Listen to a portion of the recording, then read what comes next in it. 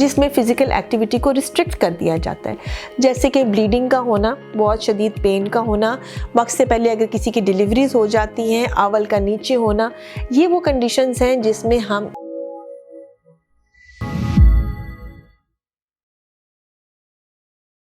السلام علیکم۔ آج ہم بات کریں گے کہ پریگنینسی میں ہمیں کتنا کام کرنا چاہیے۔ یہ بڑا کامن سوال ہے، بار بار جو ہے نا وہ پوچھتے ہیں، گھر والے بھی پوچھتے ہیں، لڑکیاں بھی پوچھتی رہتی ہیں کہ ہمیں پریگنینسی میں کتنا کام کرنا چاہیے۔ تو آج ہم اس پہ بات کرتے ہیں، ٹھیک ہے۔ اب یہ بات ہے کہ دو طرح کے ہمارے کام ہوتے ہیں۔ ایک وہ کام ہوتے ہیں جو کہ ہم روٹین میں اپنے گھر کے اندر کر رہے ہوتے ہیں، جیسے کہ کھانا بنانا، اپنے لیے ناشتہ بنا لینا، ٹھیک ہے، اور یا اپنے اگر آپ کے بچے ہیں تو ان کے جو آپ ایکٹیویٹیز وغیرہ کر رہے ہوتے ہیں، تو اس کو میں سمجھتی ہوں کہ یہ آپ کے روٹین کے کام ہیں۔ پھر وہ کام ہوتے ہیں جو کہ تھوڑے ایکسٹرا کام ہوتے ہیں، جو روٹین میں خواتین نہیں کر رہی ہیں آج کل، وہ یہ ہوتے ہیں جیسے گھر کی صفائی کرنا، برتن دھونا، کپڑے دھونا،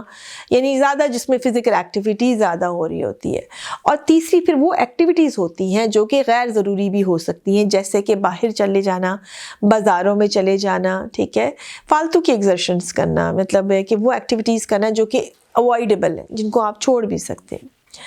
اس کے علاوہ کچھ خواتین وہ ہوتی ہیں جو کہ آفیسز میں کام کر رہی ہوتی ہیں، ہماری ڈاکٹرز بھی ہوتی ہیں، نرسز ہوتی ہیں، ہمارے بینکس میں کام کر رہی ہیں خواتین، کمپیوٹرز پہ کر رہی ہیں،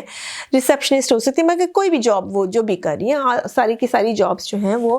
ہمارے لیے، ہم اس کو رسپیکٹ دیتے ہیں۔ تو کوئی بھی خاتون جو ہے وہ گھر سے باہر بھی کام کر رہی ہوتی ہیں، اور وہ ایکچولی گھر میں بھی اپنا مینیج کر رہی ہوتی ہیں اور باہر بھی مینیج کر رہی ہوتی ہیں۔ تو چاہے جو خواتین گھر پہ کام کریے یا باہر کام کریے، ہم نے ایک certain level of physical activity اسے الاؤ کرنا ہوتا ہے، جس کے ساتھ وہ کمفرٹیبلی اپنی پریگنینسی کو گزار سکے۔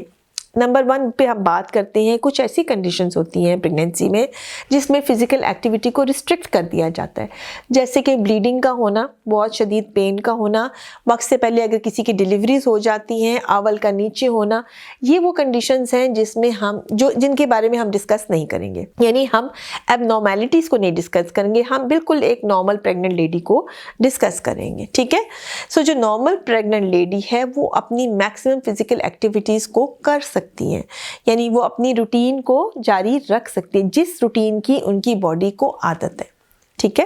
یہاں سے یعنی جو لڑکیاں آفیسز میں جا رہی تھیں وہ اپنے آفس کو کنٹینیو کر سکتی ہیں۔ اوبویسلی اس وقت ان کو محنت، یعنی جو آپ کی محنت چل رہی ہوتی ہے، ان کو تھوڑی پرابلم زیادہ آنا شروع ہوتی ہے، چونکہ آپ پریگنینسی میں باڈی ریسٹ مانگتی ہے، آپ اتنی ایکٹیولی، اتنی ایفرٹس کے ساتھ کام نہیں کر سکتی ہیں جتنا آپ پہلے کر رہی تھی، تو تھکاوٹ وغیرہ محسوس ہو سکتی ہے، مگر اگر جاب ان کے لیے ضروری ہے تو وہ اپنی جاب کو کنٹینیو کر سکتی ہیں۔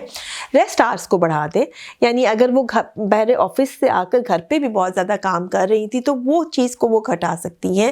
آفس والوں کو اپنی کنڈیشن کے بارے میں بتا سکتی ہیں، وہاں پہ ریسٹ آور کوئی لے سکتی ہیں،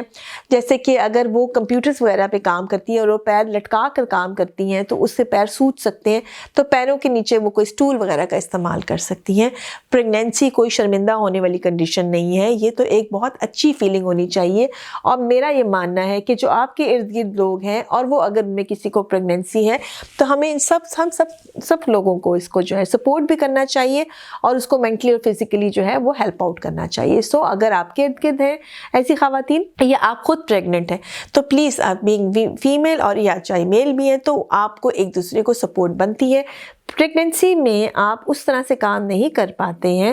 you need help and you need support, لیکن اس ہیلپ اور سپورٹ کے ساتھ آپ اپنی پریگنینسی کو اینڈ تک بھی کام کر سکتی ہیں۔ میرا یہ ہے کہ آپ اپنی جس کام کو آپ یوزڈ ہوئے آپ اس کو کنٹینیو کر سکتے ہیں۔ پریگنینسی کوئی بیماری نہیں ہے کہ آپ اپنے سارے کام چھوڑ دیں، ہاں اس میں آپ کو ایکسٹرا ریسٹ کی ضرورت ہوتی ہے، وہ آپ نے اپنے لیے ٹائم نکالنا ہے۔ پھر ہم ان خواتین کی طرف آتے ہیں جو گھر میں کام کر رہی ہوتی ہیں اور وہ گھر میں موجود ہوتی ہیں، انہیں کس حد تک ریسٹ کی ضرورت ہے۔ تو یہ جو میں نے پہلے بات کی ہے یہ ان کے لیے بھی ہے کہ آپ کے جو گھر کے لوگ ہوتے ہیں انہیں یہ بات سمجھنا چاہیے کہ اگر آپ نے پہلے پورا گھر سنبھالا ہوا تھا اور سارے کام آپ ایکٹیولی کر رہی تھی تو شاید سارے کام آپ کے لیے کرنا